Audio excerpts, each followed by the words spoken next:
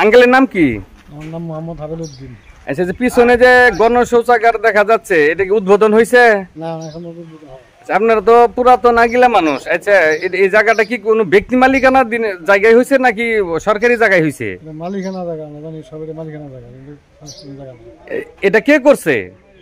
ফিরোজ আহমেদ, উনি কি যদুনাথপুরের চেয়ারম্যান? আচ্ছা, আরেকজনের জায়গা মধ্যে সে কিভাবে করলো? কি ভাই করছে আমরা জানি না, আসলে আমরা এখন তো জানি। তো এই যে মেন রোডে থেকে এখানে আসবে কিভাবে? এই যে গণশৌচাগারটা এই যে সাইড দিয়ে যে দেখা যাচ্ছে, এই যে এদিক দিয়ে না রাস্তা আছে, যেহেতু ব্যবহার আমরা করবো তাহলে রাস্তার ব্যবস্থা আমাদেরই করতে হবে। আচ্ছা, আপনার নাম কি? আমার নাম মামুনুর রশিদ হানিফ। বাবার নাম? মোহাম্মদ মহিরুদ্দিন। আচ্ছা, পিছনে যে সরকারি একটি যে গণশৌচাগার দেখা যাচ্ছে, তো তার সামনে যে একটা ঘর উঠেছে, ঘরটা আপনি উঠাইছেন?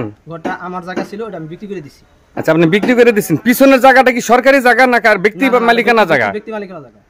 আচ্ছা, ব্যক্তি মালিকানা জায়গায় সরকারি এটা কিভাবে হইলো? কে করছে? যখন যে আওয়ামী লীগ গভর্নমেন্ট ছিল তখন মানে কিছু লোক যে ক্ষমতায় ছিল, ঠিক আছে, তারা ওই ক্ষমতার দাপটে এই কাজটা করছে। আমরা বারবার নিষেধ করছি, নিষেধ করার সত্ত্বেও তারা শুনে না। আচ্ছা, ওইখানে নেম প্লেটে দেখা যাচ্ছে যে মীর ফিরোজ আহমেদ, এটা তো যদুনাথপুর ইউনিয়নের। আচ্ছা, এটা কি বাস্তবায়ন কি সেই করছে? হ্যাঁ, ফিরোজ চেয়ারম্যান করছে। তখন আপনার এলাকাবাসী হিসেবে যেহেতু আপনি দাবি করতেছেন যে এই জায়গাটা আপনার, তখন বাধা প্রদান করেন নাই? দিছি। তারপরে কেমনে হইল? চেয়ারম্যান। আচ্ছা, কি তাহলে কি সে কি জোরপূর্বক আপনার জায়গায় করছে কিনা এটা? তখন তো তাই করছে। এখন প্রশাসনের কাছে, অন্তর্বর্তী সরকারের কাছে আপনাদের দাবি কি? এই যে আপনার জায়গার মধ্যে যে গণশৌচাগারটা হয়েছে, এটা তো এখন উদ্বোধন হয় নাই। উদ্বোধন হয়েছে কি?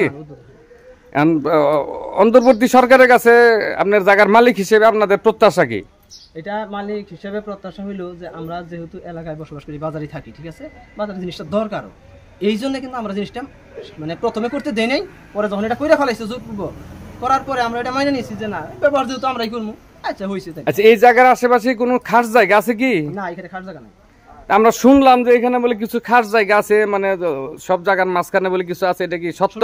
যারা বলছে তাদের কাছে বললাম, কিন্তু আমরা এরকম জানি না। আপনাদের ওই কাগজপত্রে এখনো দেখেন নাই যে খাস জায়গা আছে? আমি